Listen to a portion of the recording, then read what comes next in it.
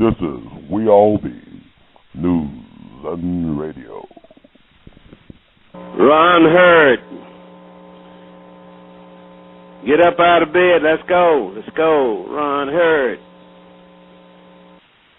That's the word. Get out of bed. Give me a jingle. My number 051. Get out of bed. Let's go. Don't be afraid. This is Herb Smith calling you. Herb Smith. All right, I know you're famous and all that kind of stuff, but let's go. Get out of bed. Ask not what we all be can do for you. Ask what you can do for we all be.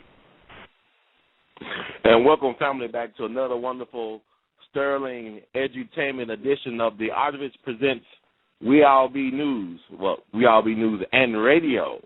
And we got a great show for you tonight. It's the Natchez burning, the Rhythm Club fire of 1940, something I just found out about last month. It's interesting.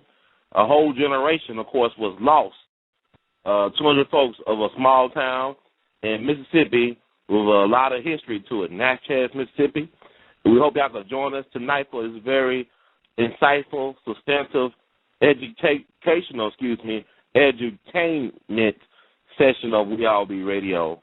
Feel free to listen in, call in, 646, area code 652-4593. Once again, that's 646-652-4593. If you're scared to go on the air, we have the chat room open. We might read some of your comments and questions on the air to our distinguished guests, but feel free to join in any way possible.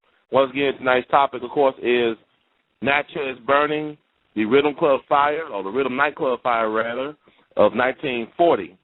So without further ado, we'll get to our wonderful guest who's on the air with us. One of our guests, of course, is Brother Bryan. Are you there, Bryan Burch? Hey, good evening. How are you?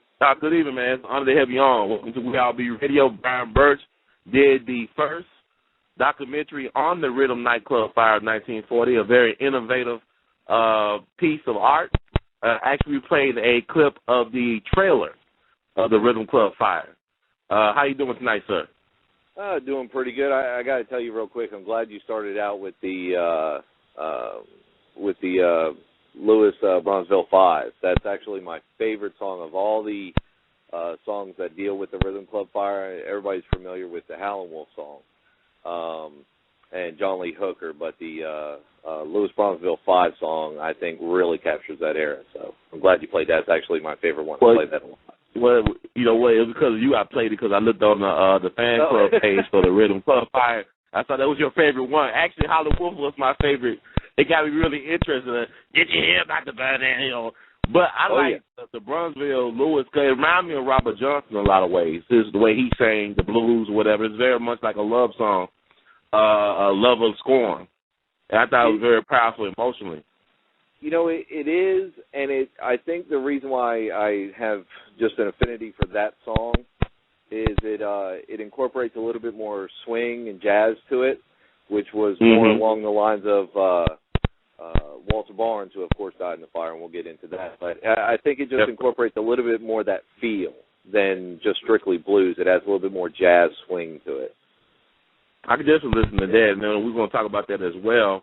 And also we got another great person on here. He's Mr. Black Natchez, I believe. He's a great historian extraordinaire. He heads up the tourism of Natchez, Mississippi, a very wonderful and historic town that everybody should visit at least once in your life. His brother Darrell White, are you there? Doing well, and so glad to have the opportunity to share this time with you all this evening. Well, it's an honor to have you on, sir, because I know you know a lot about the history of this tragic event that happened on April 23rd, 1940, but also you put in the great context of how it affected the Natchez community, in particular the black community, because basically a generation was lost. Exactly. In our research, we've come to determine that there was an average age of many of the participants that came out that evening between the ages of 15 and, let's say, 25. We do know that there were some 15-year-olds that came out because many of them were to have been the graduating class from the Broomfield School. They were in their senior year in high school and would not pass up the opportunity to go and hear Walter Barnes, this renowned band leader, who was going to be playing on this one-night stand here in the city of Natchez. We know that they were there. Basically, it was the cream of the crop of the community that decided that as a country had been making its way through the Depression and were looking for an opportunity to get out, shake a leg, and have a real good time, they were all there. Well, if you add 20 years to that and make it to 1960, those 15-year-olds would have been 35. Those who were 25 years old would have been 45 and would have made up the nucleus of the 1960s civil rights era as it went through the community of Natchez, and they were all gone. So the community really was heavily hit and affected by it. In fact, known educators who had looked for a night out for themselves also had perished in the fire, and as a result, it took years of rebuilding. In fact, the community is just now gearing itself back up to having live performances and concerts because of the stigma that came along with the passing of the 209 in 1940. Wow. So you know what? So you tell me basically the people that died in that fire, a lot of them would have been the same age as, say, like Medgar Evers, Dr. King, a lot of the folks that end up leading the civil rights movement, correct? Correct. Oh, wow. But again, the nucleus of what would have been the nucleus of that community as it went through the civil rights era, they were gone. A tremendous vacuum at that point had been created, and those of an older generation were a bit more accustomed to the roles and rigmaroles associated with the Jim Crow era. So they, in many instances, were saying, you know, your children don't need to go down there and cause no trouble. You need to learn how to survive, because just as we have survived, because we've seen so many others who took a stand and they're no longer here with us. Things happen to them. So your children don't need to be going down there and protesting and marching.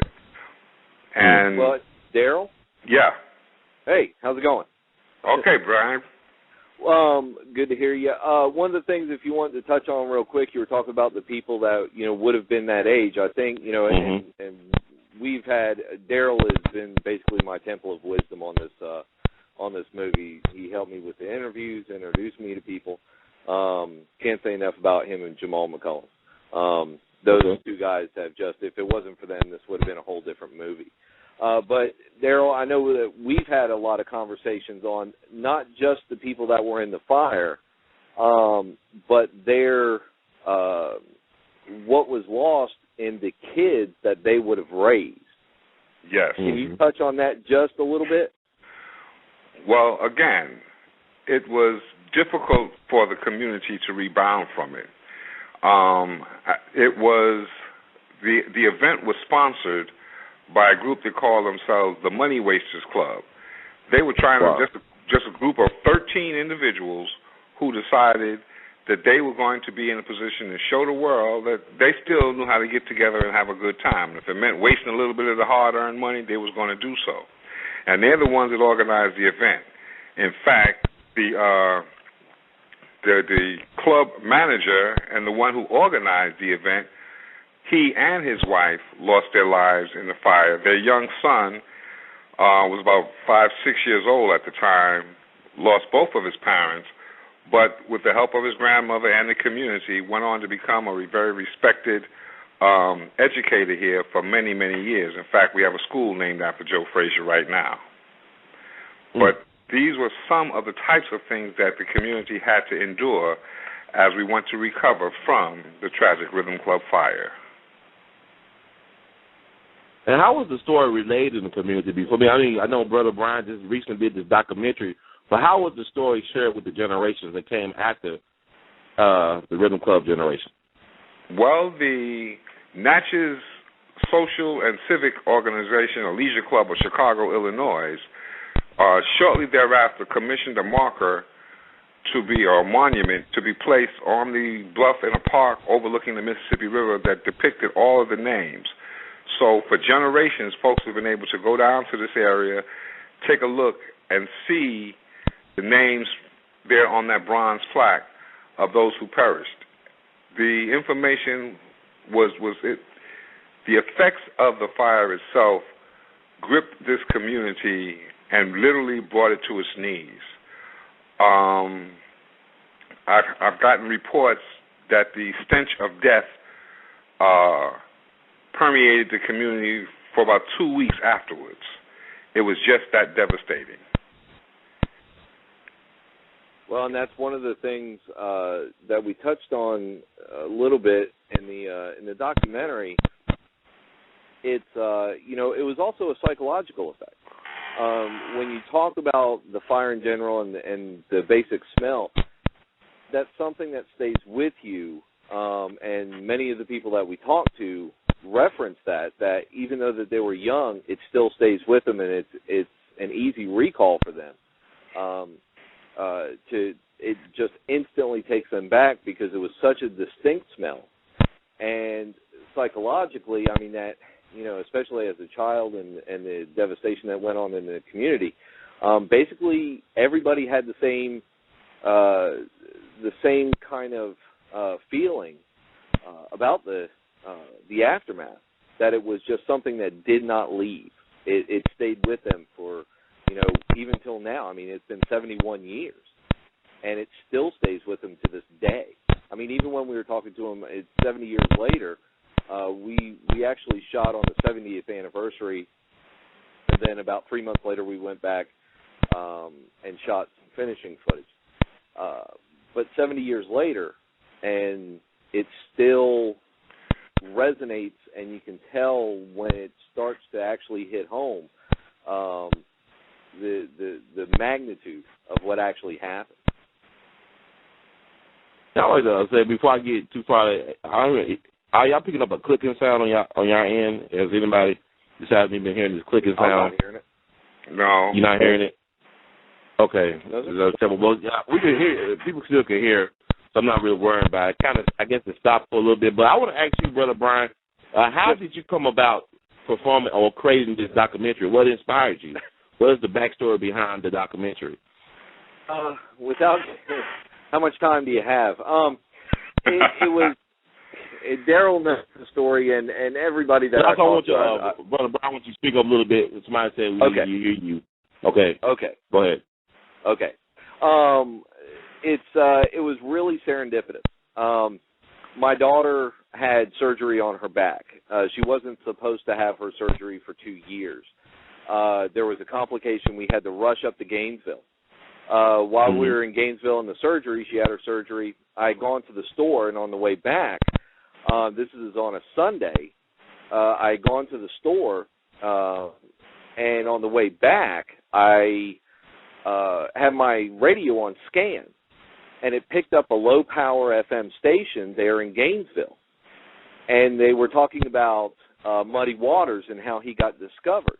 And as the gentleman on the radio explained, the man from the Library of Congress had come down looking for artists. Somebody had told him, hey, go find this guitar in Muddy Waters. He lives near that town where the club burnt down, killed all the people.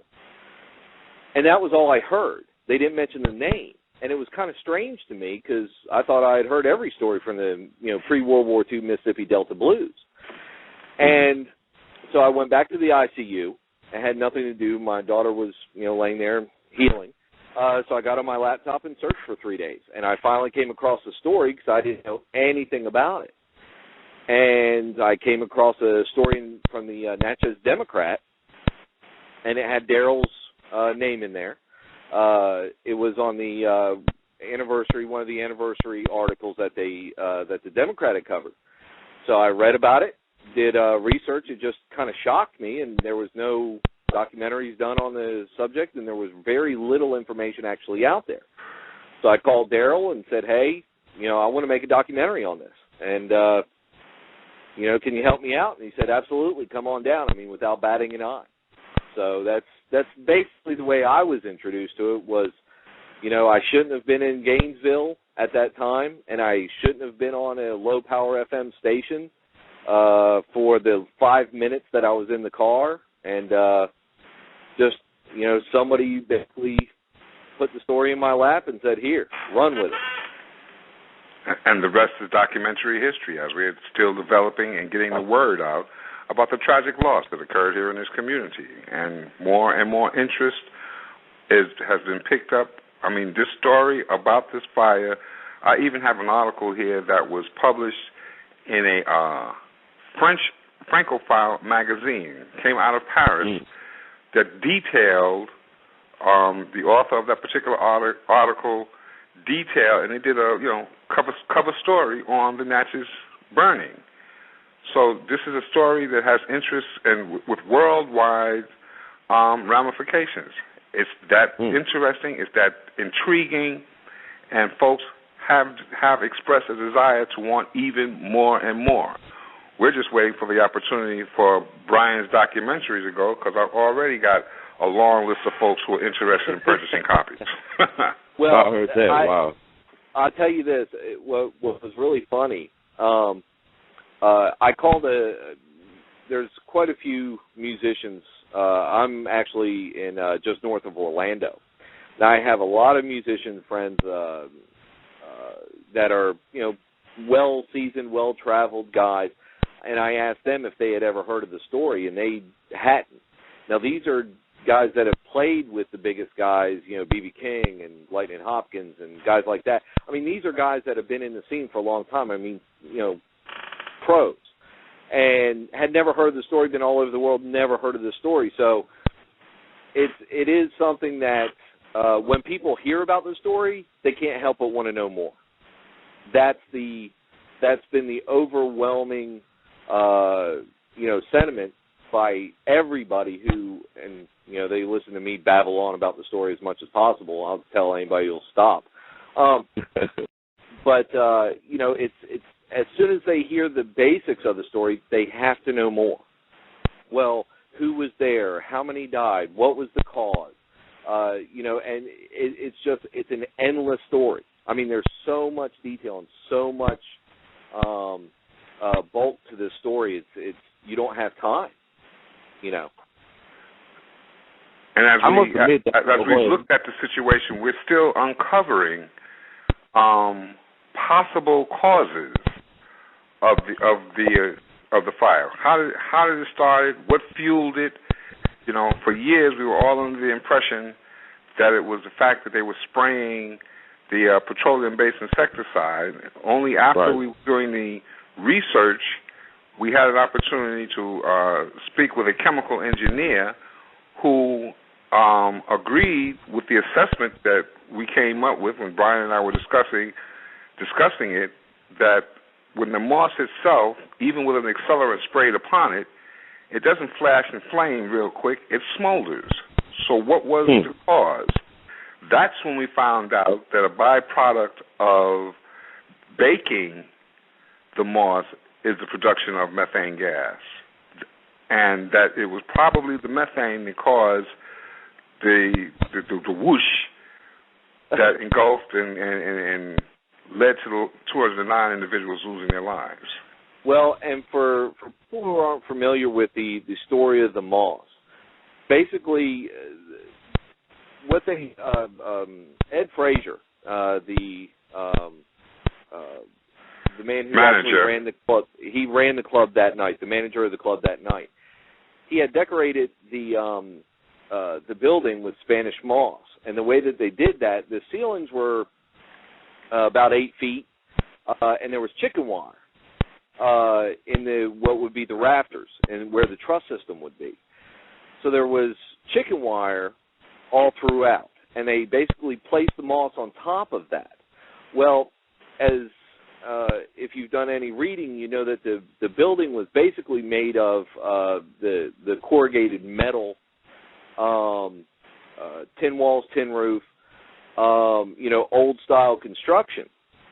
Well, with the heat, basically baking the Spanish moss along with the flit sprayed on it, it created basically a bubble of methane in between where it could escape from the ceiling, but got trapped, and the blanket of moss above the dancers.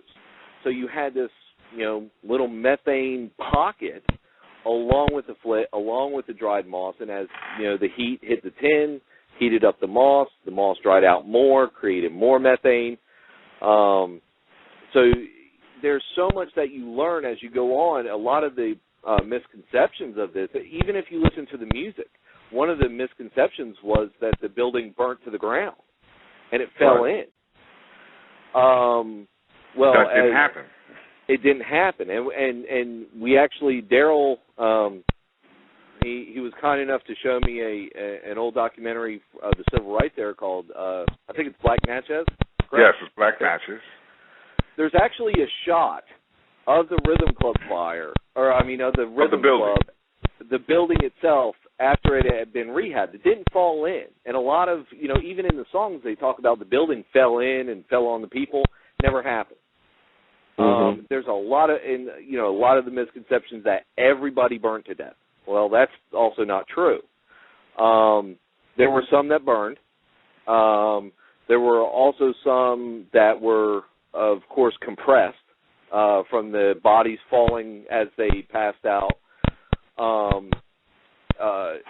They were trapped in the one room and they fell on top of each other. Well, you had compression death and, of course, lack of oxygen from the smoke. And the other one, which is very little one talked about, is steam death, which is the firefighting techniques of that time. When the firefighters arrived, they basically sprayed water directly onto the hot metal. Well, when you spray water on hot metal, 212 degrees makes steam. And you created basically a steam bath inside of there along with the fire, along with the smoke. You had a steam cloud. And if you look at some of the photos that we used in the documentary, of course, are from the Gandy collection at LSU, and some other archival photos. You can look and see that a lot of the patrons had no damage whatsoever as far as for fire damage. Their clothes were still intact, but they weren't burnt.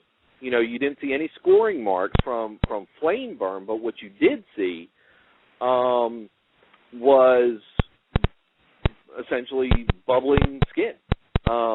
You had huge blisters, and that was primarily from the steam and the heat from the fire, but also from the steam. They got steam death, and the firefighting techniques back then were not as up to date as they are today.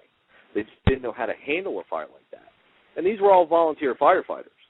So in fact, the community at that point decided that something more definite had to be done in regards to firefighting, and that was when a paid fire department was then established here in the city of Natchez.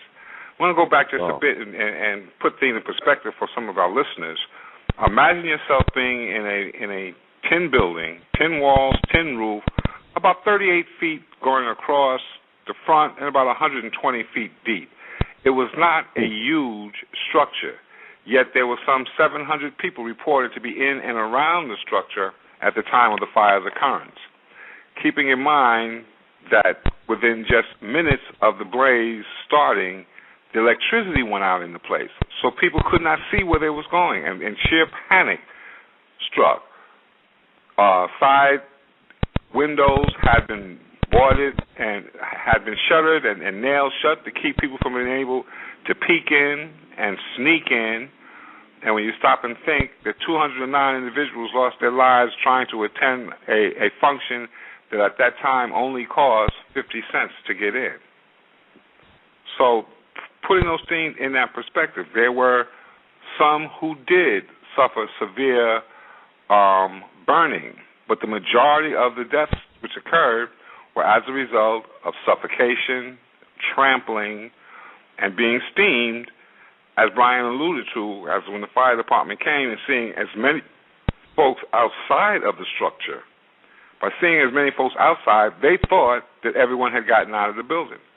It was only after they were able to gain entry that, as the fire chief alluded to in the clip that you played earlier, that's when they ran into bodies, as people were trapped in their efforts trying to escape.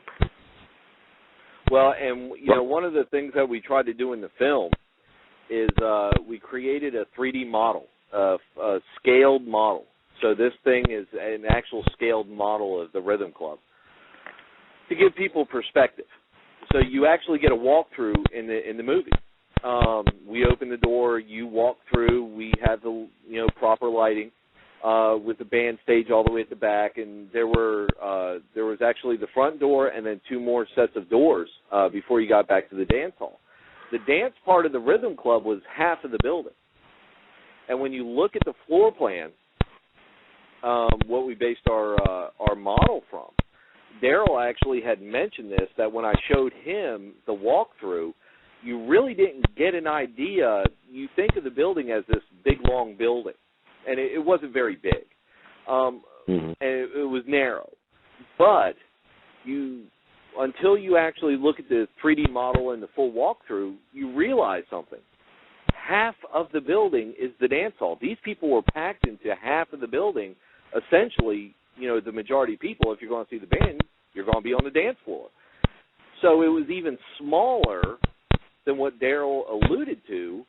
The building, the part where the people actually, the majority of the people were, it was actually a smaller part. It was only half the building.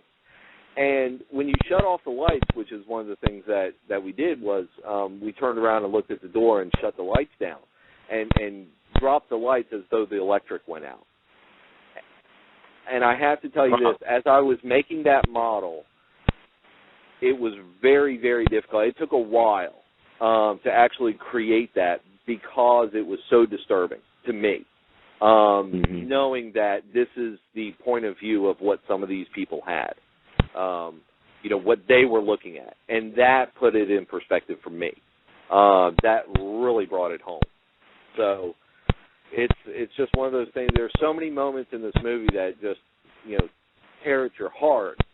But when you're doing that, when you're making a model and you see what they were looking at and you're actually standing at the back by the stage and the lights go out, to me it was very disturbing. I know I was, you just like you said, you do get an emotional attachment, especially somebody who working on a documentary dealing with this topic and this tragedy. And I was looking at a couple of things. I know I like how Brother White put some things in perspective, but also people got to remember, too, that, Mississippi was the last state to repeal prohibition. I think it was 1966, I believe. And they were serving liquor at the time. And I know I'm reading a Time magazine article from that period dated May 6, 1940, where I thought catch a very interesting narrative on what happened on April 23rd, 1940. They quoted the bartender, Johnny Jones, and he said that he made it out, but he didn't make it. He made it out, but his wife did not make it out. And he said, quote, "My old lady looked like a pickle when they brought her out. She burned like a pickle." And going back to what Brother Darrell was saying about how their skin, like you said, they had like boils or whatever on their skin. They didn't necessarily burn, but they were stained. You have to put it in perspective, and that's one of the things that we didn't touch too much on the movie. I left that for discussion after Darrell, Jamal. We've all had long talks about this. You have to put that article in perspective of the era that it was written. And if you read that article, I have issues with that article. I've read that Time article. I actually have it. If you read the way that it's written, where they were doing things up brown, little things like that, the talking about the bartender, his wife was burnt, like a pickle, and we've all read that. If your wife died or your girlfriend died, in that era, I find it extremely, this is my personal opinion, but I find it extremely hard to believe that anybody would say that. And with the context of that article, I find that, and everybody I've talked to that has anything to do with, from a historical sense, all basically has the same opinion. That article you have to take with a grain of salt on what they were writing. And a lot of articles like that back in that time. You can go back through the newspapers. You have to understand this is, southern Mississippi in 1940.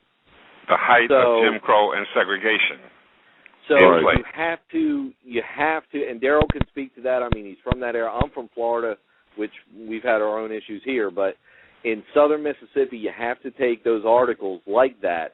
And when you read it, it makes sense what I'm saying.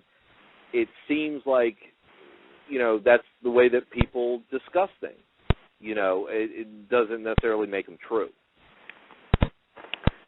Indeed, but how the story was also covered. I have articles and newspapers here that were picked up. The story had been picked up all over the country, and the thing that amazed me the most is this is way before computers and internet, and how they were able to get that story out on those news wires along with photographs.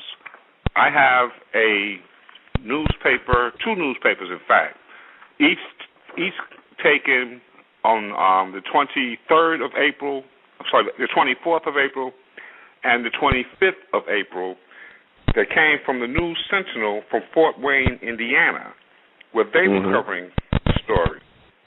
And the Indiana newspaper, the fire occurred on a Tuesday night. They mentioned the fire in Wednesday morning's paper, and by Thursday morning, they had pictures of the bystanders inside the hall with bodies all around their feet. This was how the story had been presented. And that is where many folks got their first introduction to it, but then it went away. Fortunately. Quickly went away. Yeah. Quickly went away. I say fortunately, one of the things that had occurred was a review of building and fire safety codes. There are so many things that we now take for granted that came directly because of the tragic Rhythm Club fire. One of the things at the top of that list is after April 23rd of 1940, any building or structure built for multiple occupancy, by law, it states now that the doors to the structure must open outward, as the doors to the Rhythm Club open inward, which prevented many folks who may have been able to exit. It prevented them from being able to do so because it would have made those who were standing to the rear of that crowd before the doorway having to back up into the flames in order to open the door. So that was one of the changes. Because of the fact that many of the doors had been padlocked shut, and the question came up, well, how do you unlock a locked door? Well, it led to the development of the push panic bar that we all take for granted today, where we just walk up to a locked door, all we have to do is hit that bar, and the door automatically unlocks. That came because of the Rhythm Club fire. So these are types of developments that we all are safer in public places because of the sacrifices made by the 209 on an ill-fated evening. I like it. That's great points. Well taken. I like to also bring up one of the 209 in particular, the late great Walter Barnes, the band leader who played that fateful night, his last gig. And I want to segue into the next segment by playing a Baby Duke Caston's The Death of Walter Barnes. And we'll talk about Walter Barnes after the song. All right. And that was Baby Duke Caston with The Death of Walter Barnes. And I'm your host for this empowerment edutainment segment, R2C2H2 Tha Artivist. And welcome everybody back to We All Be Radio. And we'll get our esteemed guests back on. Brother Byron and Brother Darrell, are you there? Yes, we're here. I'm here. All right, I want to ask y'all this quick question because I played The Death of Walter Barnes. Now, who was Walter Barnes? Walter Barnes was a contemporary, I would say, of the Duke Ellingtons, the Count Basies, the Cab Callaways, and other blacks would involve themselves with the sounds of big band. I came across some documents that indicate that for an extended period of time, Walter Barnes and his group were the house band at Al Capone's Cotton Club in Cicero, Illinois, outside of Chicago. So that gives you an idea of the stature of his musicianship if for a number of years he was playing for Al Capone. We are of the opinion now that he was probably on his return. He had been in Florida and was on his return back to Chicago area when he came through the city of Natchez in April of 1940. You know, in other follow-up research, we discovered that Capone would go to Florida usually during the winter months to escape, you know, the hawk coming off of Lake Michigan there in Chicago. And it's pretty much our understanding that when Capone went to Florida, he'd take the band with him. And they'd play some engagements and things for he and his guests down there. And then after so long, they would begin their journey back. And they had already played dates in Mobile. They had spent some time in New Orleans around the Mardi Gras season and were gradually making their way back up towards Chicago when the tragic fire occurred. But he was an outstanding musician and showman. And by nature of the fact that he had that particular following, he also spent some time as a writer for the Chicago Defender, which was an outstanding African-American newspaper publication in the country at that time. And the Defender quotes that upon learning of Walter Barnes' passing and the fact that they shipped his remains back to the city of Chicago, that over 15,000 people lined the streets to witness the procession as it passed. And that gives you an idea of the level of stature that have been attributed to this man, that 15,000 people showed up just to pay their respects. And I also want to add about Brother Walter Barnes, that he was originally from Vicksburg, Mississippi. I know that Mississippi got a reputation for being a blues producer, a blues musician. But also, look at jazz. This is ground zero to that genre.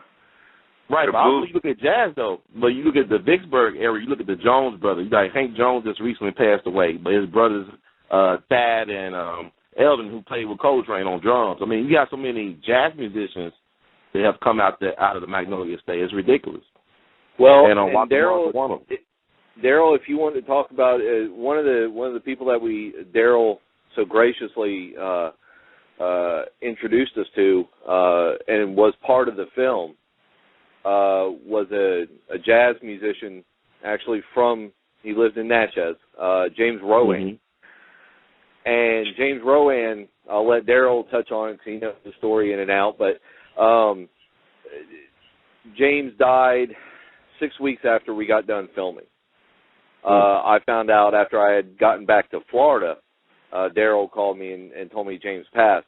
The thing about James is how gracious he was. He gave us his interview from his hospital bed, and we did probably about an hour and a half from his hospital bed.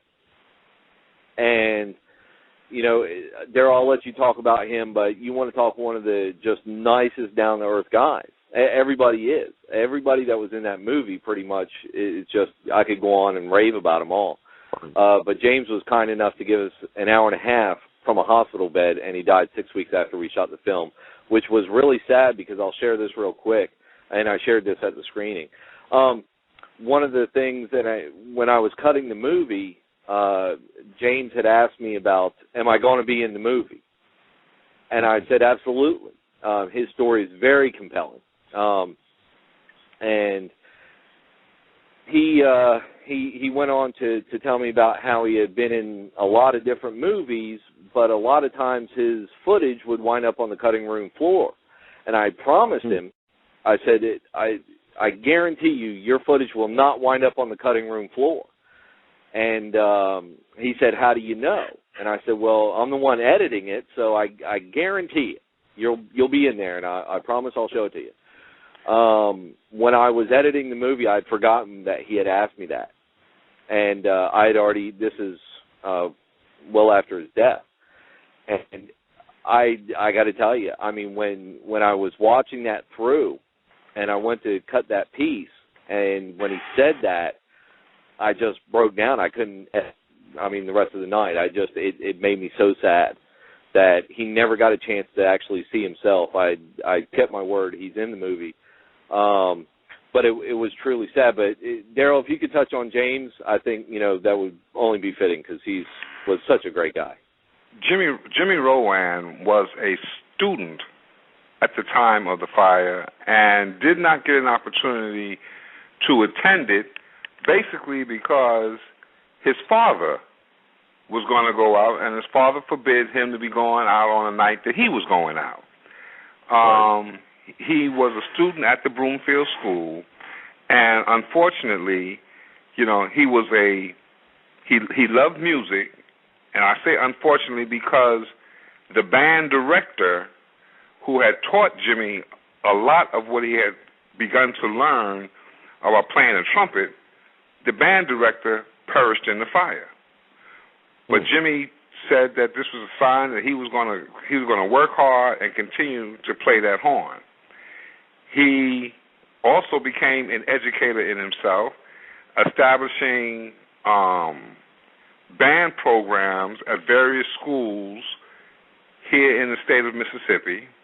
He worked in Louisiana as a teacher, and all the time performing on the weekends. Well, his musical prowess began to develop to the point that he was becoming recognized more and more and more and more and more. When they decided to do the stage play Satchmo about the life and times of Louis Armstrong, they called for trumpet players because they figured it'd be easier to teach a trumpet player how to act than it would to teach an actor how to play a horn.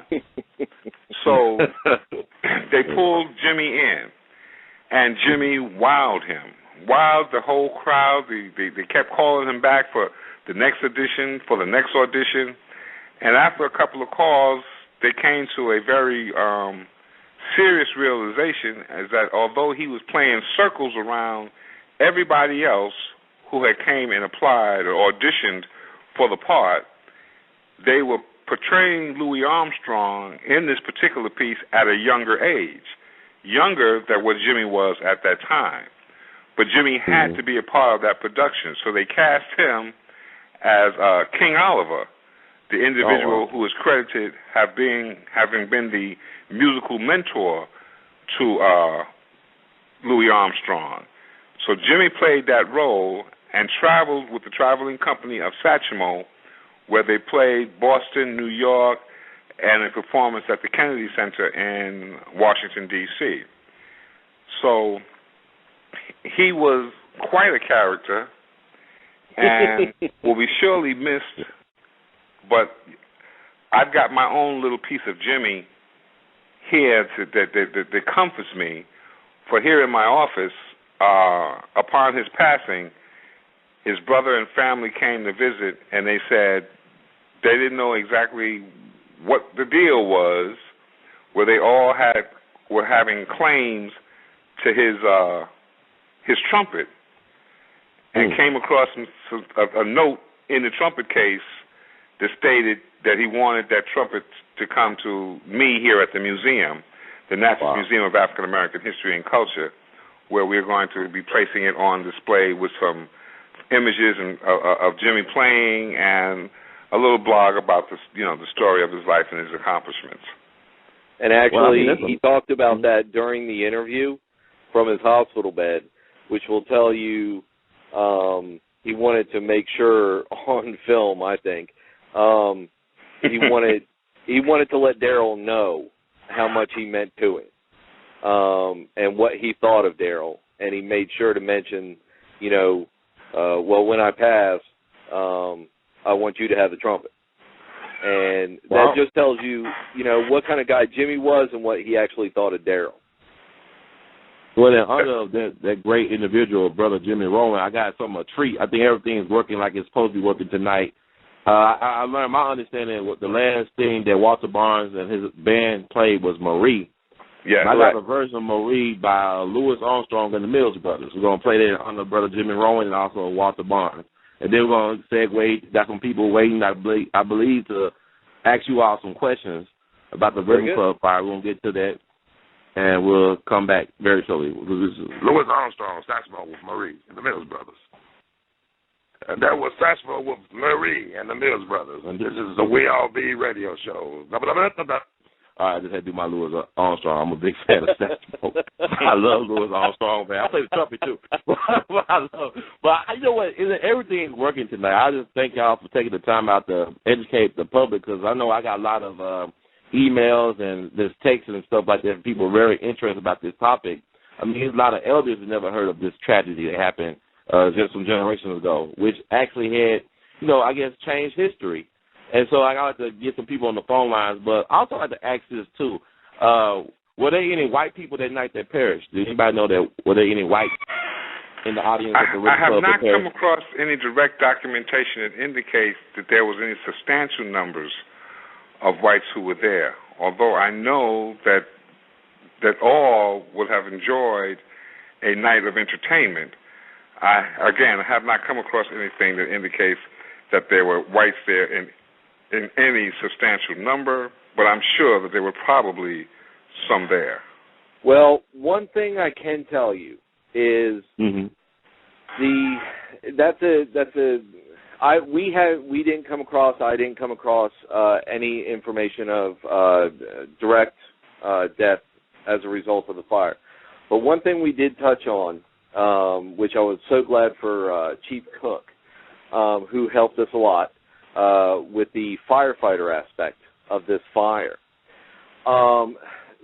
As they used to call them, smoke eaters, because back then they didn't have, the firefighters didn't have breathing apparatus. So they were trying to push into the building.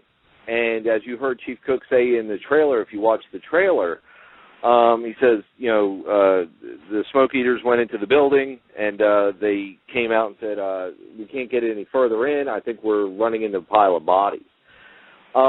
There's no documentation. We tried to track it down. We tried to trying to find the actual data for it without just surmising, what happened. You go into a building and you breathe smoke, it damages your lungs. There's no telling what damage was done and which one of those firefighters, and there were scores of them that actually went in with the smoke, there's no telling how many developed lung issues, say the 9/11 first responders. What kind of physical damage was done as a result of the fire? So you could have, the scored lungs from the smoke we know happens, and we know that they were breathing smoke. So it's quite possible, and more than likely, if they didn't die right away, a good portion of the firefighters that were in there that night, breathing the smoke, eating the smoke, dealing with the heat and the flame, they could have died a little bit more premature, or could have died from various lung illnesses.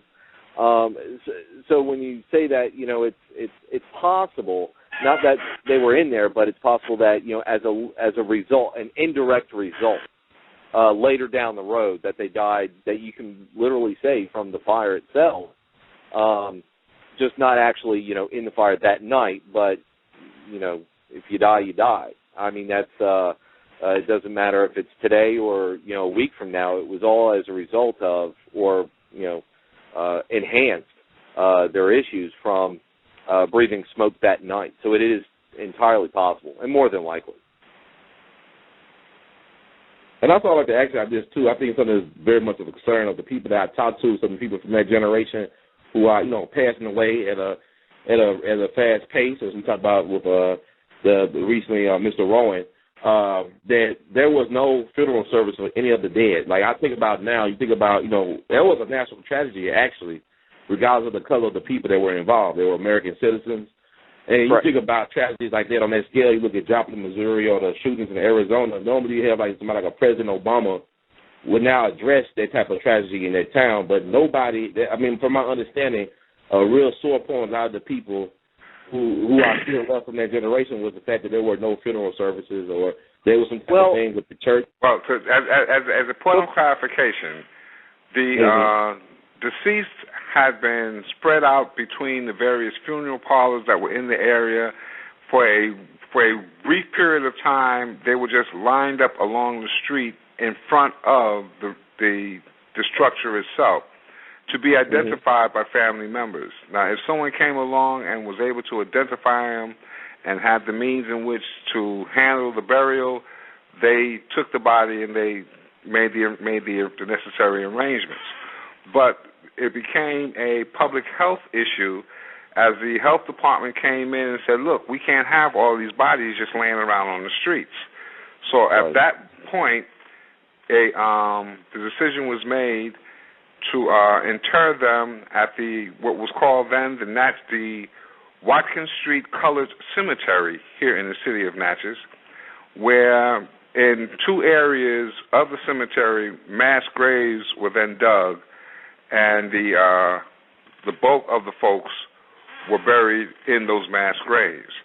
The only stone in that area, well, there is no stone in that area where those mass graves are located. So the only thing that would have had the names of those individuals was that marker that was placed in the park-like setting above the river by the group out of Chicago. Is the only thing that acknowledged their names.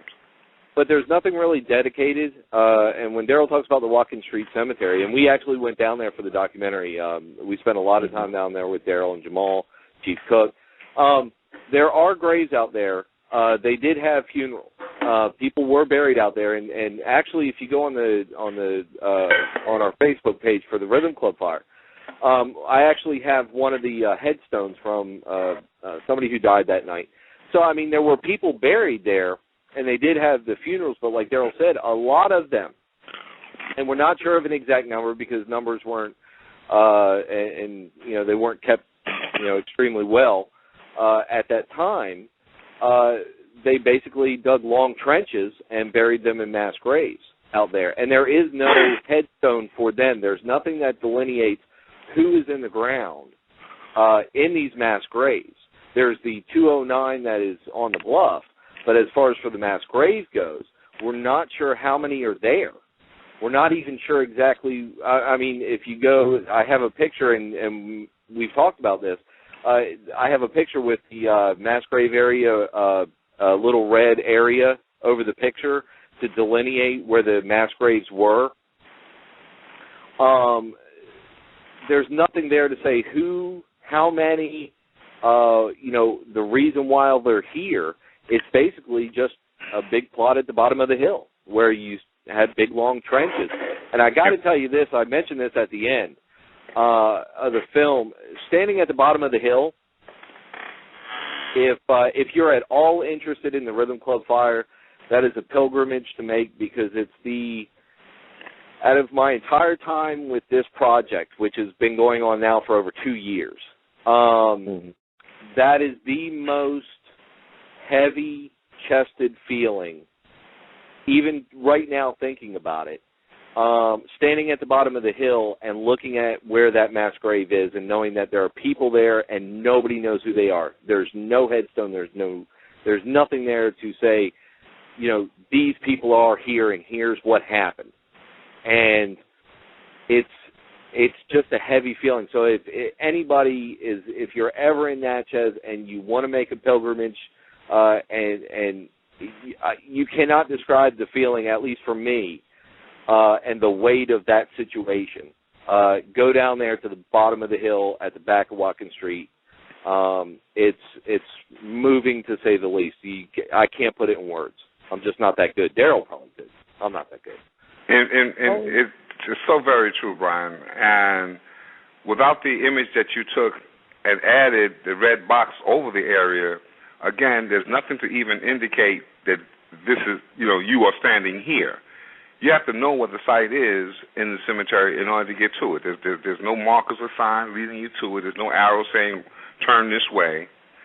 You just have to know what the site is. When Bryan was here during the celebration or the commemoration, of the 70th anniversary, the nonprofit organization has taken on the responsibility of attempting to maintain the entire cemetery, had arranged to have that particular area cleaned and cleared. But Bryan will tell you that when he returned 2 or 3 months later for follow-up on the documentary, I'll put it to you this way. I stand 6'4.5" and there were now vegetation growing that was, past my shoulder in that particular site. And that's actually a pretty moving part of the movie too. And I don't want to give away everything in the movie, but that is one of the moving parts. And people commented on it when they saw the screening that we did in Natchez. People commented on that with Darrell actually standing in the weeds and brushing the weeds to the side. And that was only 3 months later. And the worthy women of Watkins Street have, you can't say enough about what they do. I mean, they work their fingers to the bone trying to maintain it, but it's too big. I mean, these are women they're all up in age. They're all of that era. So you're talking 71 years. They're 20. I mean, they're all either close to 90 or over 90. It's a daunting task, to say the least, because Mississippi, as everybody knows, weeds grow quick. I mean, the ground is pretty fertile, and it doesn't take very long for that grass and the weeds to actually grow up. It's you can't say enough. Of those women and even McKinley Barnes, the people that take care of that area down there, at least, attempt to, they do such a good job with what they're given. I mean, they need help. And that was one of the things that we had talked about. Hopefully that will come out of this movie is anybody will take notice and say, we need to make perpetual care. Miss Thelma talks about that. Thelma White is in the movie. She talks about perpetual care. That's actually one of the running themes of everybody we talk to. How do you get this to the point where you can give these people that are down there the respect that they so richly deserve? I definitely agree with that. I had the pleasure and the blessing to talk to Sister Thelma White and also Sister Rosalie Hawkins, who was there that night at the Rhythm nightclub, and their concern was really the Watkins Street Cemetery. I mean, like you said, the worthy women of Watkins Street did the best they can. I mean, like you said, these are women in their 80s and 90s trying to take on a problem really that I feel, in all honesty, if Mississippi going to make a profit off and exploit these people's history and culture, they should be upkeeping that cemetery. The state should. That's how I feel about it because, I mean, Mississippi, they got the Blues Trail markers and they trying to do civil rights movement. History, and Natchez is a very historic place anywhere in the planet. I put Natchez up with any place in the world as far as history is concerned. I've never been to Natchez. I just know, I mean, like, never been to Natchez? No, I've never been to Natchez. I've been to New Orleans, but I am going to come down to visit. But, Brother Darrell, I want to give you a shout-out from Brother Keith Beauchamp out of New York, who was originally from Louisiana. He spoke very highly of you, and so you was very suspicious of him in terms of helping him with his own documentary aspirations in Natchez. Well, I got to tell you this real quick. If you've never been to Natchez, and I had never been there. Actually, I've never been out of Florida too much. Definitely not west. But I tell my friends, when I went there the first time and I met Darrell and I started meeting everybody, I tell everybody, you have to go to Natchez. And I point out the movie Midnight in the Garden of Good and Evil with Kevin Spacey and John Cusack. And he calls his writer back in New York, and he says, this place is, he was talking about Savannah. and he said, this place is like Gone with the Wind on mescaline. And I said, this place, you know, Natchez is basically, to me, it's Savannah times 100. It's just, it's so rich in history. And you know, one of the biggest parts of history about Natchez, and it's overlooked, especially, you know, I mean, in my history teachings here in Florida, right across the street, basically, from where the Rhythm Club fire was, and where the Red Cross had set up the triage. They set up the triage on the steps of the Zion Chapel AME Church, which, Darrell, you can explain why the Zion Chapel AME Church is so important. Yeah. Zion Chapel AME was the home church of the Reverend Hiram Rhodes Revels, who was pastor of that church and who had left the pulpit of that sanctuary to become the nation's first man of African origin to serve in either house of the United States Congress, as he was the nation's first black United States senator going back to the early 1870s. Oh, wow. So there's so much history there, and this is right across the street. And if you go left mile up the road, and even on our Facebook page, I have a picture of it. The Forks of the Road. The Forks of the Road enslavement marketplace was the Deep South's second largest and busiest site for the sale of enslaved people. So on one street, which we are now in the process of developing a walking trail with wayside markers and things to tell the story of literally the Southern Road to Freedom, a street where on one end of the street is the Deep South's second largest and busiest enslavement marketplace. As you make your way up the street, there were places for business, there was houses of worship, there were schools and sites for entertainment. The Rhythm Club is also located along that same street, and at the street's terminus, you have the pastor of that church going to become the first black to serve in the United States, ever to serve in the United States Senate.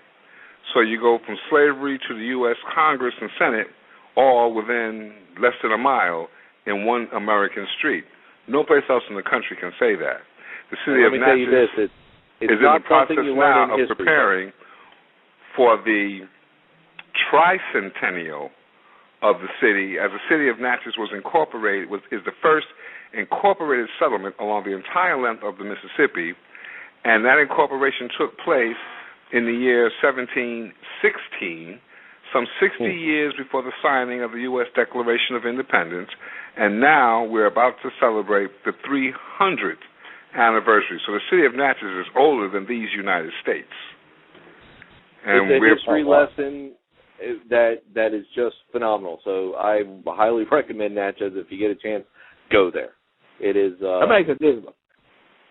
go ahead. I'm sorry. I spent over a month there, so I know what it was like for me. It was better. It was better than any movie, any history book could ever be. Unbelievable. And now you're contributing to that narrative as well, as like amplifying this tragic event that took place there. That really had a ramification for the whole country in terms of fire codes and things of that nature. I want to know what happened to the original building then. If it was not destroyed by fire, what happened to it? The building maintained for a number of years. In fact, as Bryan alluded to earlier, we have documents to say that the structure was still there well into the 1960s, but has since been closed down. But it had served as a church, as a meeting place. One of the furniture companies purchased it and used it as a warehouse for the furnishings that they were selling. So it had many lives as a structure, and but it was torn down, I'm going to say, probably in the later 60s, early part of the 70s, when the structure itself was demolished. But now, due to the efforts of Betty and Monroe Sago, they have gone through the steps to establish the Rhythm Nightclub on-site memorial museum, where more layers of the story are available for those who have a true interest in learning of what had occurred here in the city of Natchez in April the 23rd of 1940. Now, one of the things about that site is the original concrete slab. The Rhythm Club Fire was actually, it was built on a concrete slab. And one of the concrete slab that structure was actually built on is still there. So if you went to the museum tomorrow, the concrete slab where that building stood is actually still there. 70 years later, it's still there. So the building is not, but the slab is. Yes, its foundation slab is still there. You can go and stand upon it. That was amazing. I know I invited the Sagos to be on here, but unfortunately declined at the last moment. I'm running short on time, but I want to get Brother Bryan. How can we see this movie? Where can we go to? I mean, is it out? How can we buy it? Is it on DVD? Not What's yet. going on? Eventually, and we're on the film festival circuit. Our next one that we're hoping to get accepted to is the International Black Film Festival of Nashville. The very large film festival, and hopefully we'll get there. And if we are, you're front row. And some of the other we'll be posting up where different film festivals that we're going to be attending. We'll post that on our Facebook page, which is facebook.com/Rhythm Club Fire. And we'll be posting up what film festivals we're screening at. Once we get done with that in the fall, then we'll make the DVD available. But due to film festival rules, you have to be cautious about what you do with your film before you actually show it at different ones. So we're just going to hold off until we're done with the film festival and trying to get the word out there and show it as much as we can. But I will definitely let everybody know on our Facebook page as much as possible. Wherever we're going, I will let everybody know. Yeah, I posted in the chat. What's that Facebook page URL? I posted it in the chat room. I want you to say it for our listeners. It's facebook.com/Rhythm Club Fire. Okay, and Brother Darrell, you got anything else to add? I mean, I want to thank you once again. You and Brother Bryan, y'all make a great team. Can I make one more thing before we go? Yeah, I have to mention we lost another contributor to the film, Miss Eliza Wright, who was in the film. She passed a couple weeks ago. So that's two of the people that were actually in the movie that have now passed since. She only died a couple weeks ago, and actually I just found out last week. But I just want to mention her. Great lady, great family. I had to mention her passing. So, but, with that said. And want to also thank you so much for the opportunity to allow us to, come on the program and tell the story that is so near and dear to both of Bryan and my heart, because this is something that, we've put some time and energy and effort and a whole lot of love in talking to these people and giving them the opportunity to tell their story. A very interesting part of this documentary that Bryan has created is that there is no narrator giving you backstory or anything of that nature. The documentary was filmed in a manner in which that those individuals who had a story to tell the story.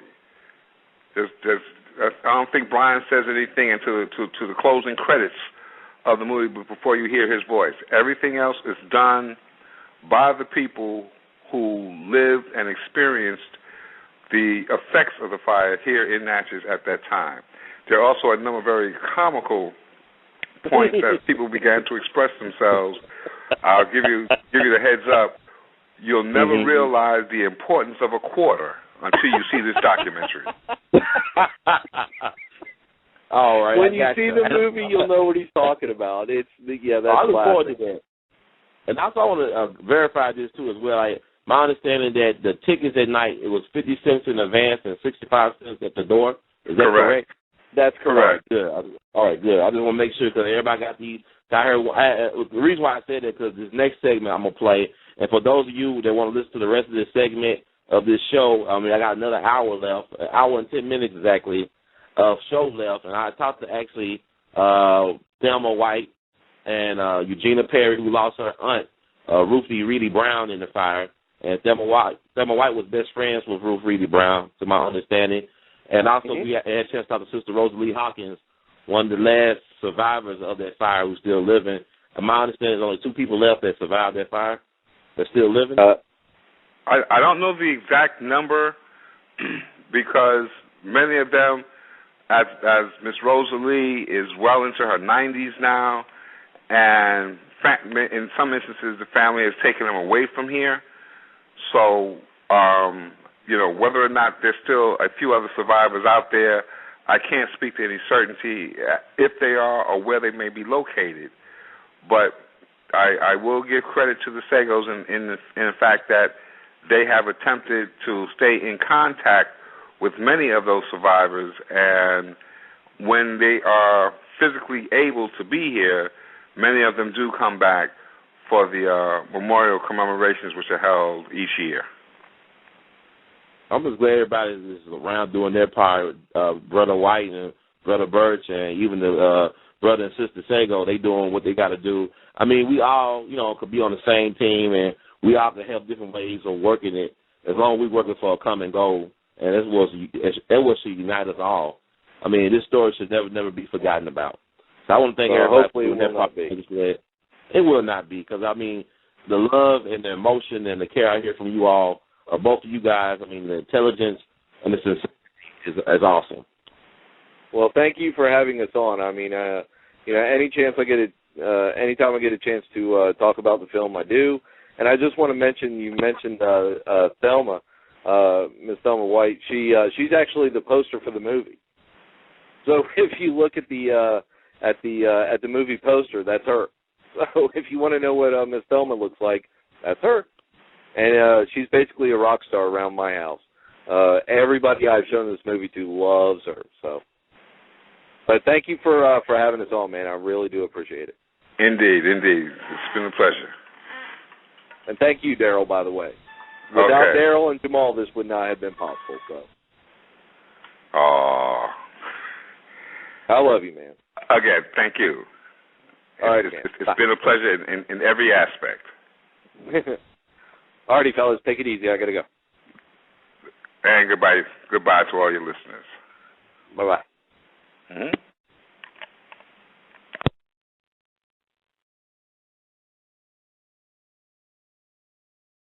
Oh, Mrs. Perry, you there? Yes, I'm still here. All right, we all be is honored to have on Sister Eugenia Perry, who actually lost her aunt in the Rhythm Club Night Fire of 1940, which is listed as the 7th deadliest fire in U.S. history. How you doing today, ma'am? I'm doing as well as an old lady can do. As I was saying, I did not attend because I was too young. I was too young to attend. And even if I had been old enough to attend, my daddy was a strict disciplinarian, and I would not have been able to go. He and my mama didn't go because of not having any money at that particular time. But my uncle came by, his younger brother came by the house early that morning crying and said Ruth had gotten burned up. I didn't know how Ruth got burned up. He didn't say at that time saw fire or anything, but I assumed the house had burned. So we got dressed and went on, started to school, and went on our way to school in the morning. That morning, people were screaming and crying and hollering all over everywhere we turned, and one of the students told me that there was not going to be any school today because the Rhythm nightclub had burned. But knowing that we had to go on to school went on and got to school, and sure enough, there was no school. But everywhere we would turn, every corner we would turn, people were screaming and hollering, and they were telling us that they got burned up that night. So we went on up to my aunt's house, to my grandfather's house, to see, the relatives.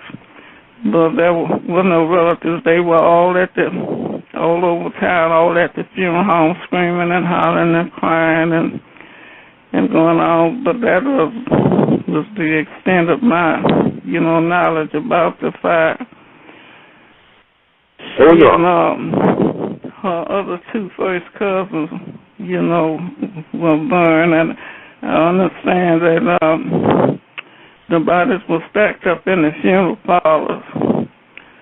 And when my aunt, her sisters and all went there to see if she went to the funeral homes to see which one the body was there. And they found her at one of the funeral homes, and they called her name, and she raised up and laid back down and died, but she was not burned. They said then it was smothered to death. She was there with two of her older sisters who got out. One ran out through the flames, she said, at the door when she could get through, and the other one was already out. They were older sisters. She had not attended any public dances before because of my grandfather being strict on, and she begged them to let her go to that dance because the older sisters were there. So he finally gave in and granted, her permission to attend. She was in the 12th grade. She was an honor student, very talented, and she was the one that lost her life as a result of that fire, and not being able to get out of the building. So that's my knowledge, about the fire. Because as I said, I did not attend. Those are your Aunt Ruth that got those in the 12th grade, right? Yeah, my Aunt Ruth Brown, Ruth Reedy Brown. Ruth, what's her middle name? Reedy, Reedy. Okay, Rudy? Reedy, okay. Reedy. So it was Ruth Reedy Brown. That's the name, huh? Her name was Ruth Reedy Brown? Yeah. And she was just in the 12th grade? She was in the 12th grade. And you said that when they came to the funeral home, she was at that. She raised up to acknowledge them, and then she laid back down to die? Mm-hmm. Wow. But she wasn't burned. She was smothered to death. She must have been smothered to death. She was not burned. Evidently, she was smothered.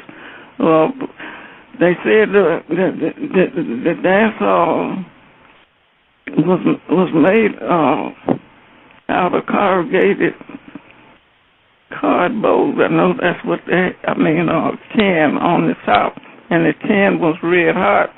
When the firemen came and sprayed water on the tin, and a lot of people, they were saying, was scalded as a result of that water being on that red hot tin. So I don't know whether that was the cause of her, but she was not burned. Whether she was smothered to death or to what extent, but she didn't have any burns on her body. That's amazing. So she was by the front entrance then. Was she by the front entrance? She was by what? Was she by the front entrance? What did they ever tell y'all where they found her body? She was in the funeral home when they saw the body, when they viewed the body at the funeral home. At the undertaker parlor. Well, I'm asking you, did they know she was still alive at that point? I mean, did the people at the funeral home know she was alive? That your aunt was alive still, or did they just help any room at the hospital or something? I don't know. I don't know. Evidently, I don't know. They must have thought she was dead. I don't know what the funeral homes. There were 3 funeral homes here at the time, and they were all crowded. They had to get funeral homes from out of town to come and assist them to bury the dead. Wow, that's were they able to identify all the bodies, or some people were not identified?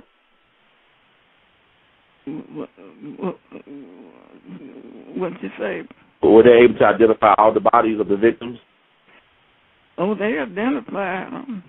I mean, the parents. Mm-hmm. The parents identified them. Yeah. But I heard there was also some mass grave burials. Did people get buried in mass graves too? In the 9th grade. No, did they get buried in mass burial graves? Like, did they bury people all at once in one large grave? Well, I understand that the cemetery, there's a cemetery here, and that's just called Watkins Street Cemetery, where they were buried in a mass grave. Okay. Mm-hmm. But they were all identified, though, right? All the bodies were identified, but they didn't have any room for everybody. They didn't have any room for everybody. They was burying them so quick because my aunt was not buried in the Watkins Street Cemetery, but the family had plot, in the Natchez Cemetery. But the Watkins Street Cemetery has a special area where most of the Rhythm nightclub people were buried in mass, graves. And, of course, they are having it's problems now with the upkeep, of that cemetery. But I don't know. It's going. I mean, it's a problem, with keeping it up, keeping the weeds cut. Mm-hmm. And the grass cut, from around it. It's all black cemetery. And it's 100 years old. But in one section where the Rhythm nightclub people were buried, a group of whites came out and cut the grass back, in that area, because it was because of the lady Mrs. Thelma Thompson White. She's the one who's over that section, of the cemetery, and she, tried to keep the whole cemetery, the grass cut, but she's having problems, with the community, with the black community and the other community. But she's over that Rhythm nightclub section in that cemetery. They were buried in mass graves. Mm-hmm. Mm-hmm. So your aunt, she got a grave marker for her? Is there a grave marker for your aunt in Natchez Cemetery? Well, she's in the family plot, Okay. at the Natchez Cemetery. She's in the family plot with her other sisters and her mother and her father, in the family plot in the Natchez, cemetery. Because I can give you Miss Thelma White's phone number, and you can call her, and she probably can give you more information. Oh, okay. She didn't attend the dance, but she can give you more information because my aunt and her were in the same class and they were friends and all. As I said, I don't know anything about the fire itself because I did not attend. Only that I remember my younger uncle coming and telling my daddy, about my aunt being burned to death in the fire. He can give you more information. I appreciate that. Do you have any favorite memory of your auntie, Ruth? Can you recall? Yeah. She was an honor student in school. she was in the school band, and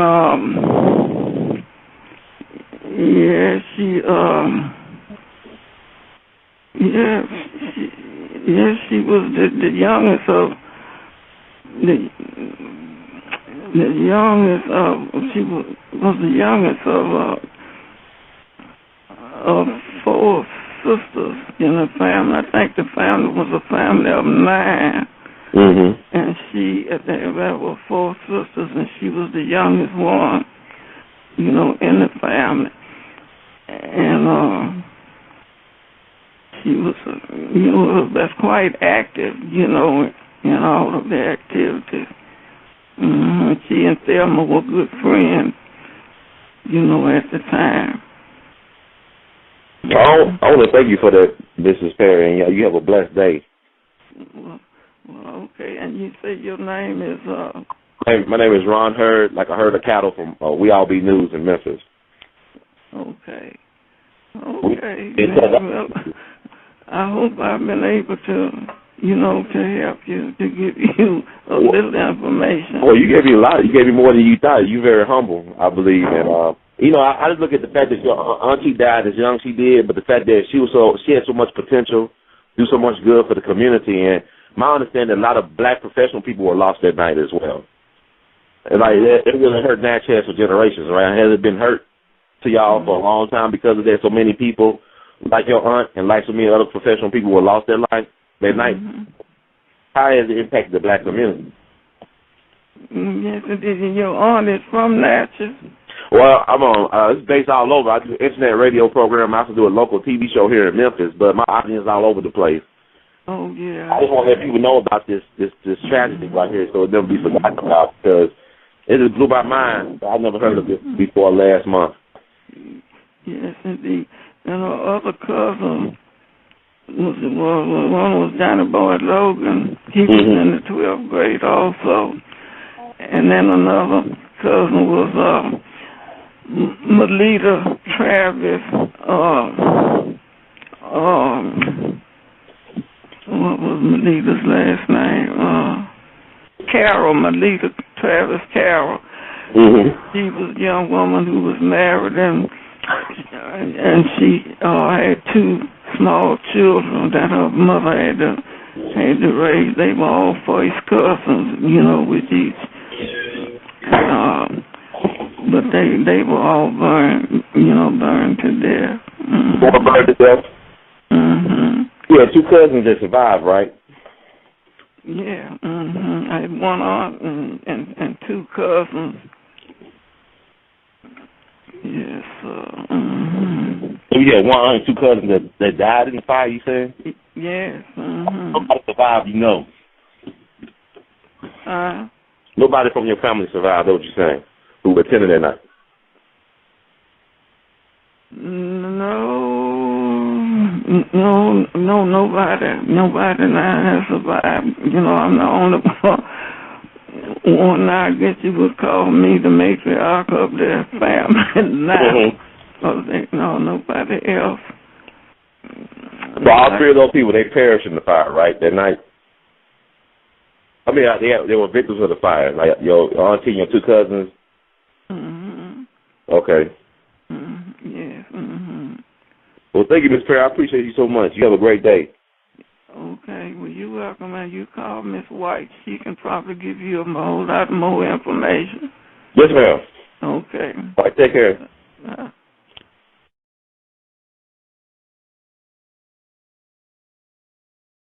Ask not what we all be can do for you. Ask what you can do for we all be. Miss White, you there? Yes. Oh, Miss Thelma White, it's an honor to have you on the show today.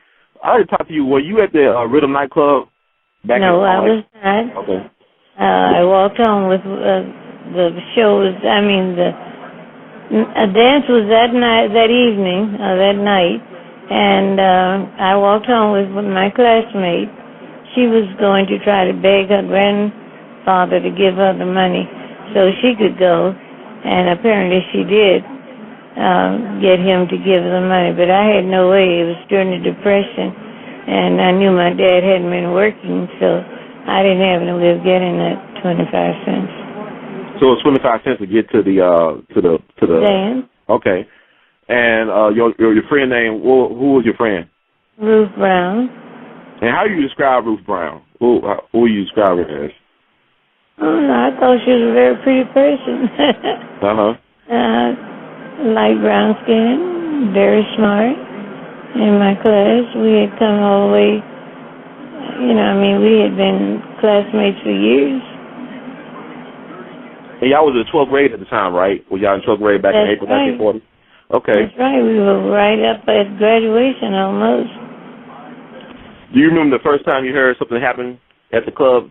Yes. It was about, I had gone to bed crying because I couldn't go.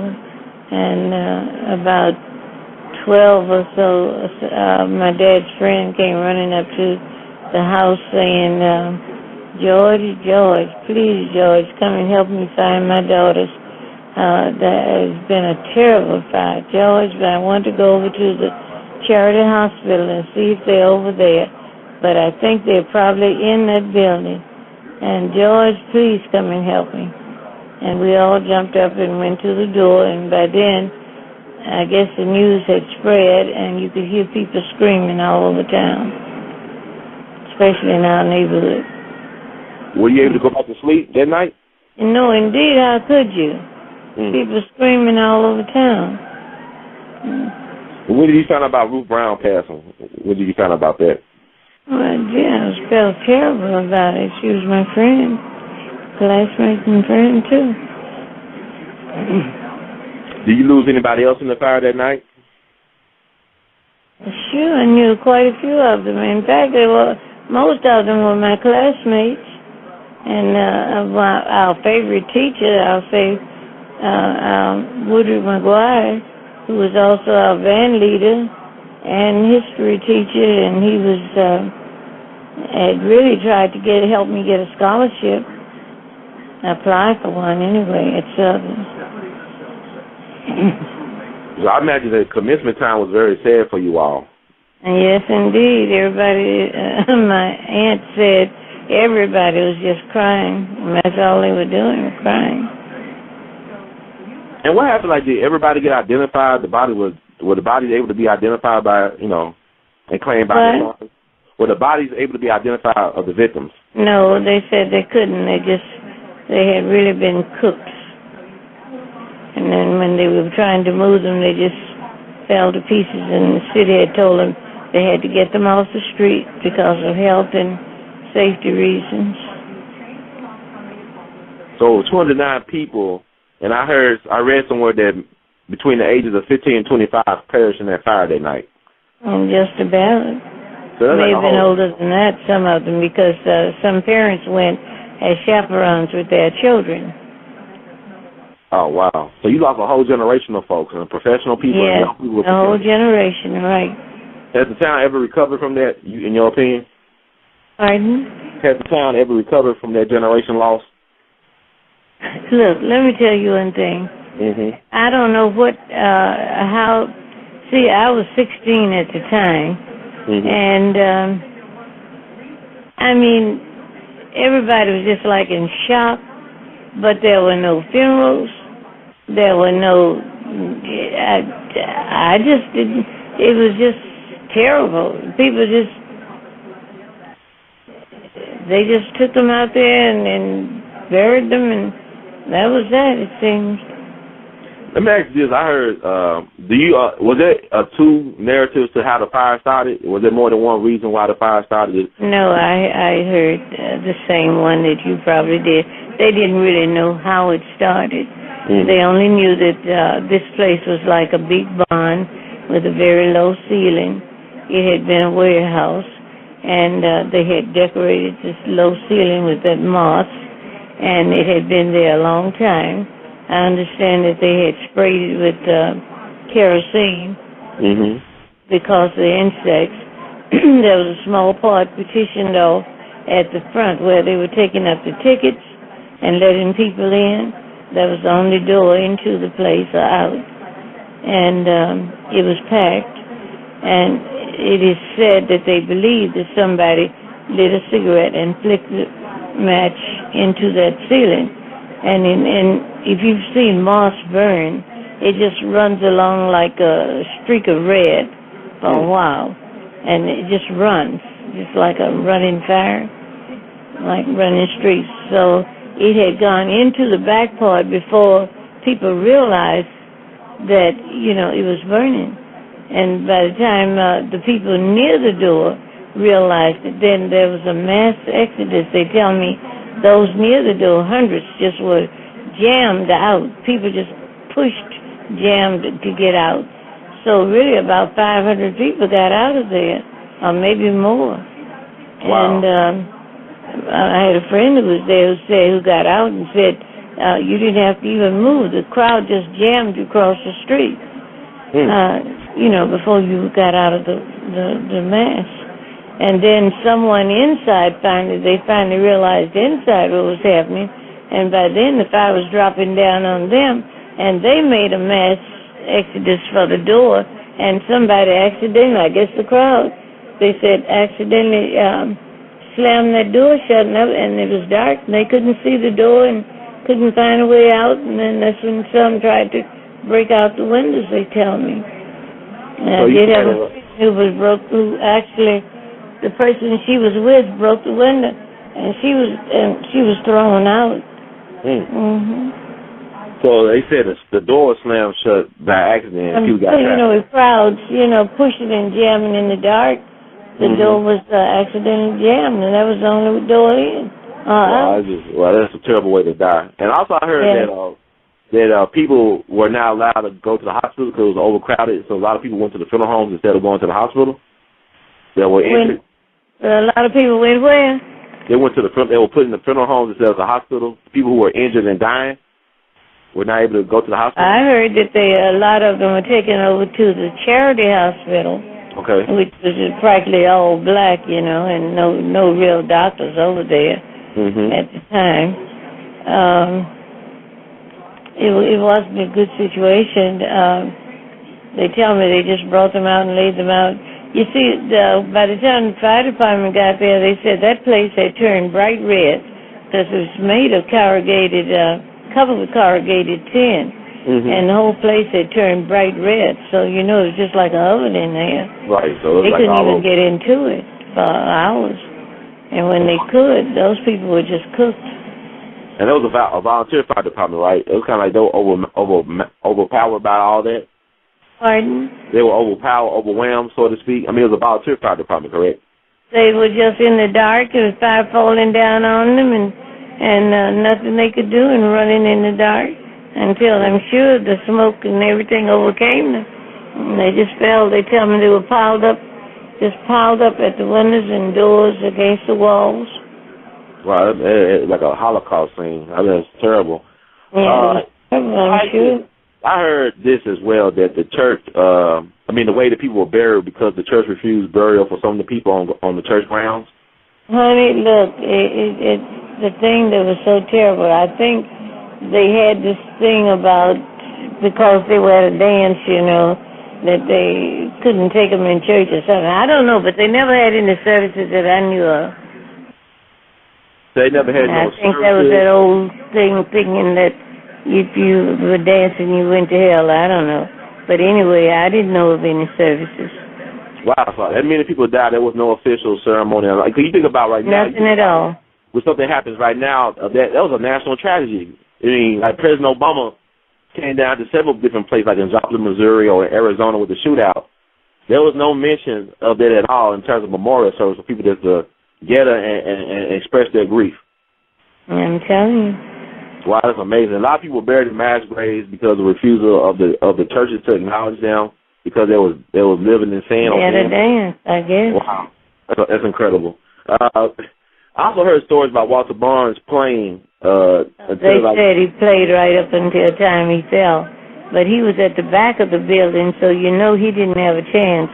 Wow. And whether he was playing or not while they fell was, when people realized it, I don't know, but the people outside, might have said he was still playing. I don't know.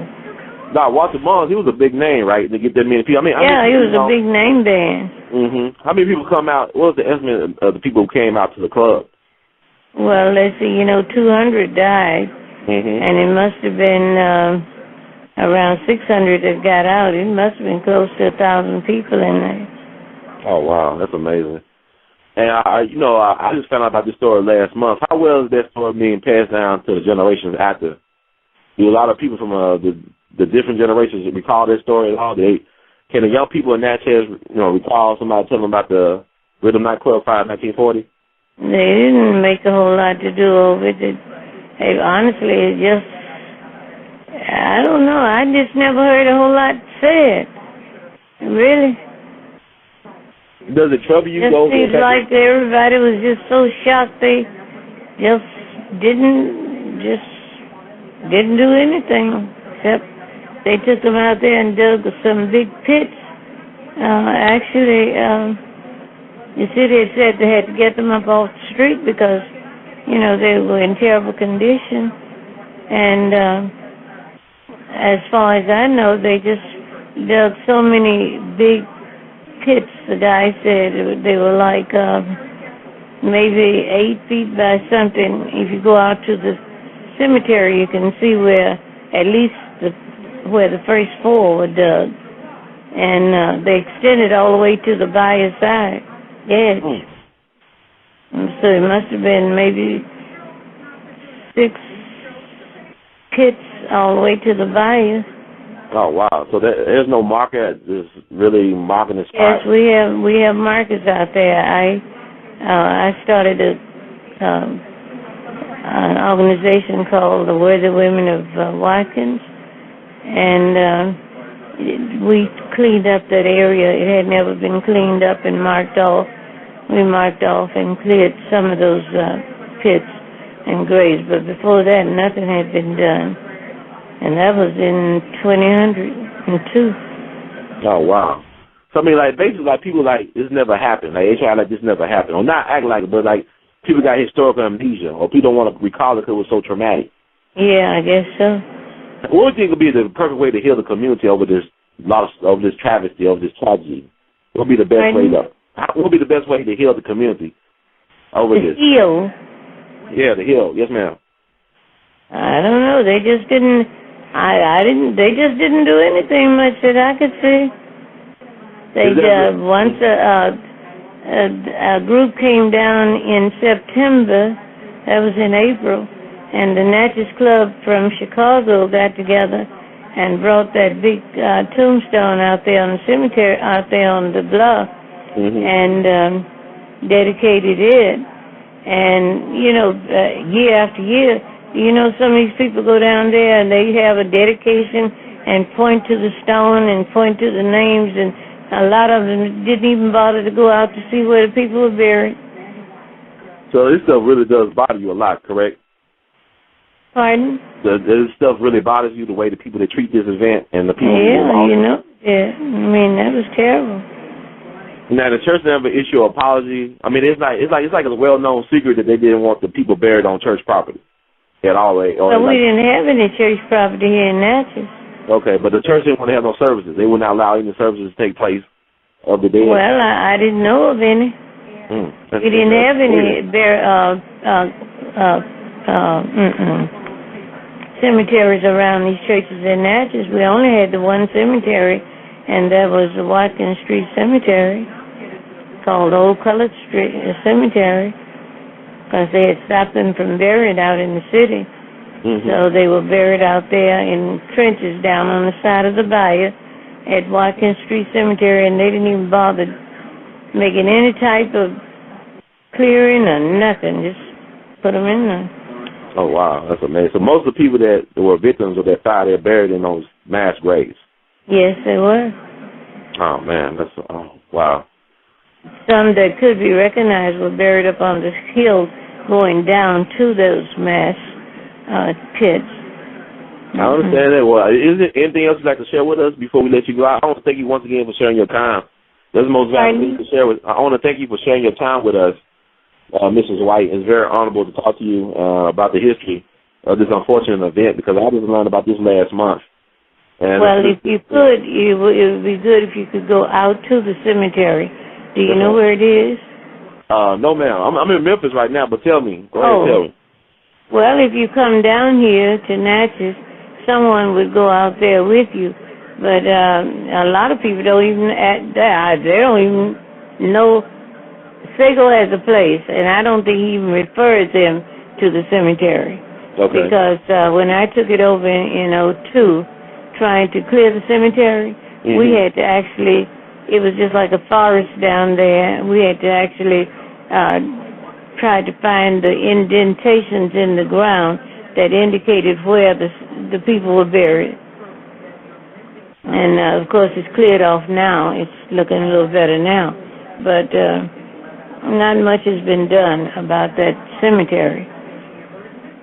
So the best way you feel like to honor the memories of those lost that night would be to take care of the cemetery better, to maintain it properly? Would that be a best tribute to these people? Look, let me tell you one thing. I am a retired teacher. Yes, ma'am. And I was born here in Natchez. I went out there in 02, and the place was so grown up you could hardly get out there. It was the only cemetery that we had here in Natchez. Black. And I was just shocked at the condition it was in, and just made it sort of an individual mission to try to get it cleared up, the whole cemetery. Okay? So, I mean, I started an organization called the Worthy Women of Watkins and started getting publicity. We got noticed I went to the Mississippi Department of Archives and History. We got it recorded there and approved as a historic cemetery, but the city still would not take charge at, cleaning or maintaining it. We also I had it written up with help of the Garden Club, Master Gardeners. They helped to get it in their in a national magazine called Gravestones and Tombstones of New York, where Lincoln's cemetery is, where Lincoln is buried. Okay. They gave us a write-up there in 2010. In spite of all this publicity and whatnot, the city of Natchez and the county will not do anything about preserving that cemetery. So right now I'm in the process of trying to think of another way that we can go in and get perpetual care for that cemetery. Have you talked to Darrell White at all about it? I know you have, but what's been his response? Darrell White works with me. We work together. Okay, but what's his opinion on the whole thing? I mean, what has he offered to do? I mean, he works in the city, right? I mean, he works for the city? Well, see, he's over the museum.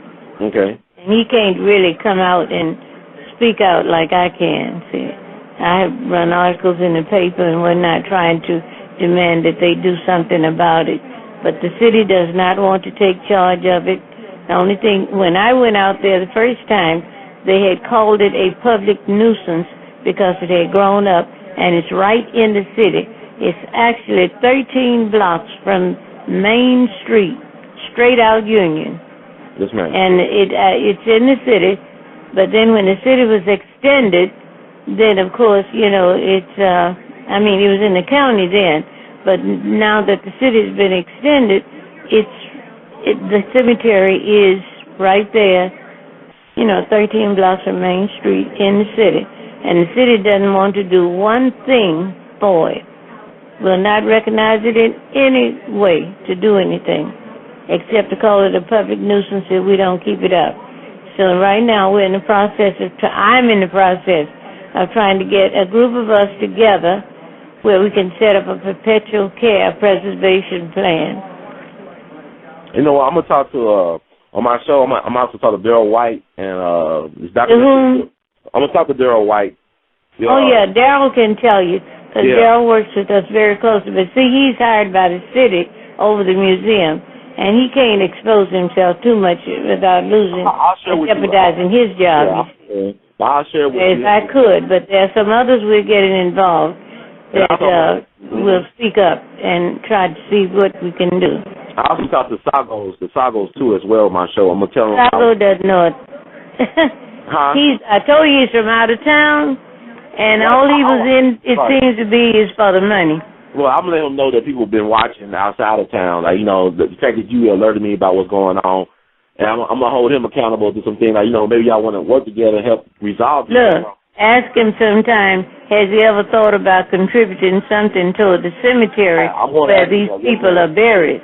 Yes, ma'am. I'm definitely going to put him on the spot for that. He told me some things. Because if he's going to be doing the museum part and telling about the fire, it looks like he would refer them at least to the cemetery. I'm going to share it with him, Sister White. I'm glad I talked to you. Cause I talked to him earlier today. I talked to Darrell White today. I talked to some other people today. And I'm glad you told me this because people need to know about what's going on down in Natchez town. And I thank you so much for sharing with, you know, your time with us and your knowledge and your firebrand wisdom.